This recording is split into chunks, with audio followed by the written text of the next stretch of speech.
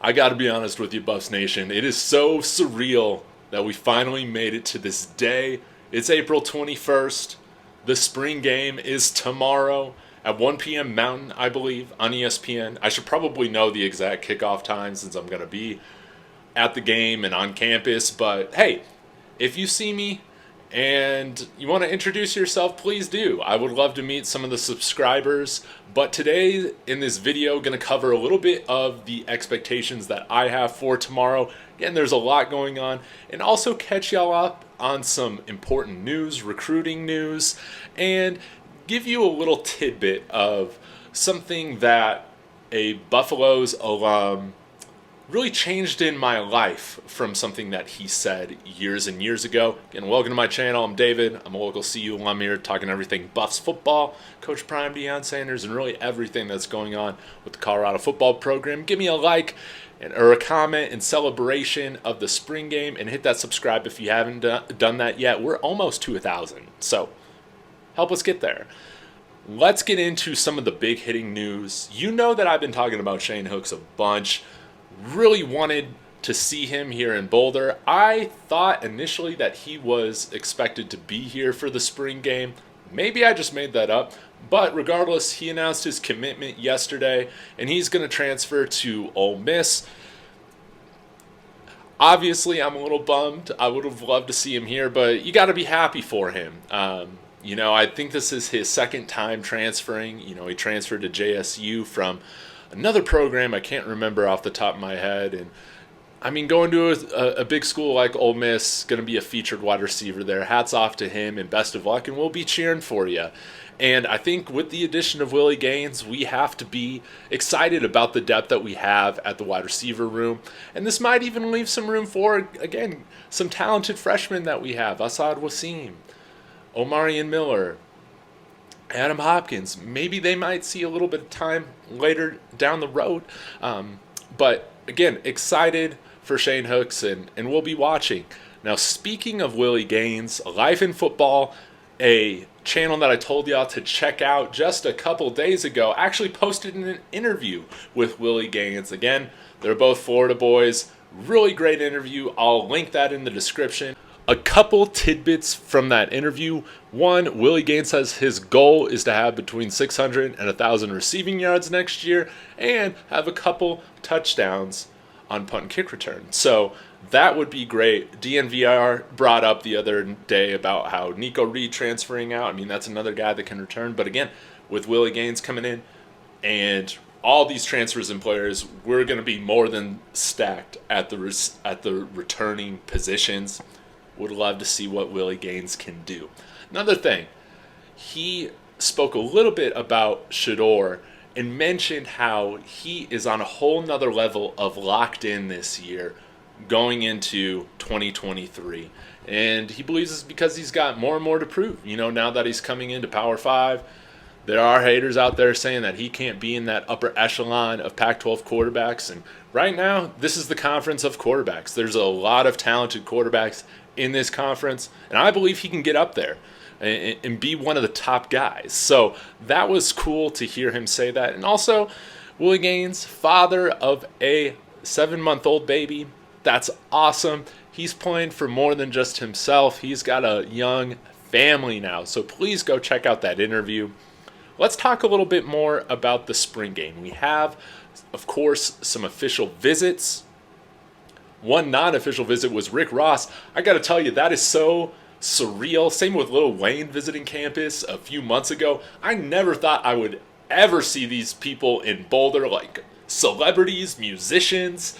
Hopefully we get some actors on campus here at some point. Like, these celebrities, these people in Boulder, it's just mind-blowing. So that's cool to see. But some important visits. Of course, we have a lot of transfers, potential transfers visiting, such as some defensive players from Florida State. I think I saw a tweet about a former Clemson DB that was recruited by Sal Sunseri. Might need a double check on that, but nonetheless, we got a lot of potential transfers coming in. I think Cormani might even be here as well, which is exciting. Jawan Johnson, who's committed for next year, safety out of Louisiana, played quarterback as well. He's going to be here. Saw him get a shot or a picture with Cordell Stewart, which is so cool to see. But guys like Aaron Butler, he's a two-way player, DB wide receiver. He's visiting. I believe right now he's more favored to go to Oregon.